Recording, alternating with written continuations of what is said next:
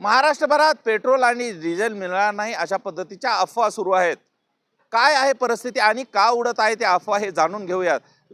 महाराष्ट्रभरामध्ये जी परिस्थिती आहे ती सध्या तरी व्यवस्थित आणि सुरळीत असल्याचं पाहायला मिळतंय का तेही आपण जाणून घेऊया। का उडतंय पेट्रोल आणि डिझेलच्या अफवा तेही जाणून घेऊया। एकीकडे युद्ध सुरू आहे आणि युद्धजन्य परिस्थितीमुळे पेट्रोल डिझेल मिळणार नाही, कारण ज्या पद्धतीने पेट्रोल डिझेलच्या भाव आहेत ते भाव वाढतील का अशी देखील परिस्थिती आहे आणि तशी देखील चर्चा आहे।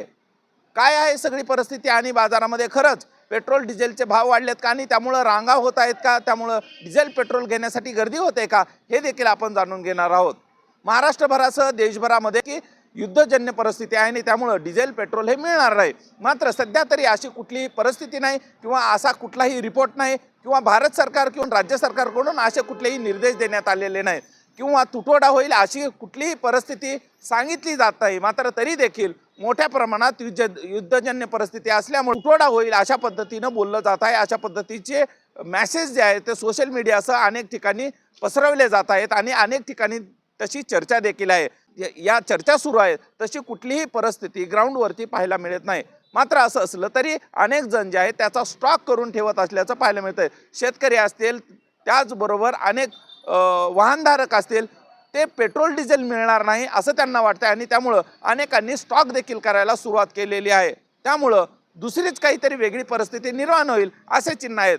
कुठलीही युद्धजन्य परिस्थितीमुळं देशावर असेल किंवा राज्यावरती कुठलाही परिणाम त्याचा अजूनपर्यंत जाणून आलेला नाही। ज्या ठिकाणी पेट्रोल पंप आहेत त्या ठिकाणी रोजच्या प्रमाणे वर्दळ असते तीच पाहायला मिळते।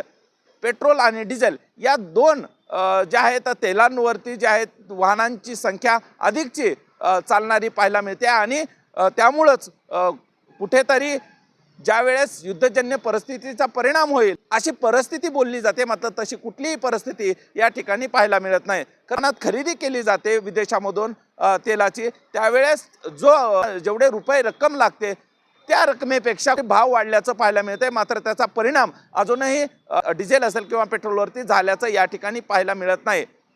आता कुठले परिणाम होऊ शकतात हेही पाहणं महत्त्वाचं आहे। हा मेसेज व्हायरल होतोय, तुटवडा निर्माण होतोय अशी परिस्थिती निर्माण सध्या तरी होताना दिसत नाही। मात्र सोशल मीडियाच्या या सगळ्या अफवांमुळे वाहनधारकांमध्ये भीतीचं वातावरण निर्माण झाल्याचं पाहायला मिळतंय।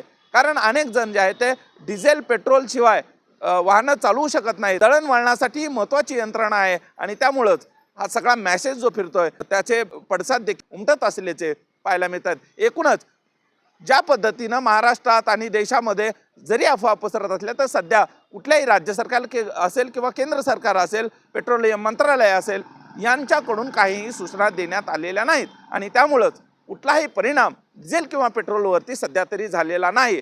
या सगळ्या अफवा आहेत आणि अफवावरती कोणी विश्वास ठेवू नये। जरी युद्धजन्य परिस्थिती असली त्याचा परिणाम अजूनपर्यंत थेट जे आहे ते दिसून आलेला नाही।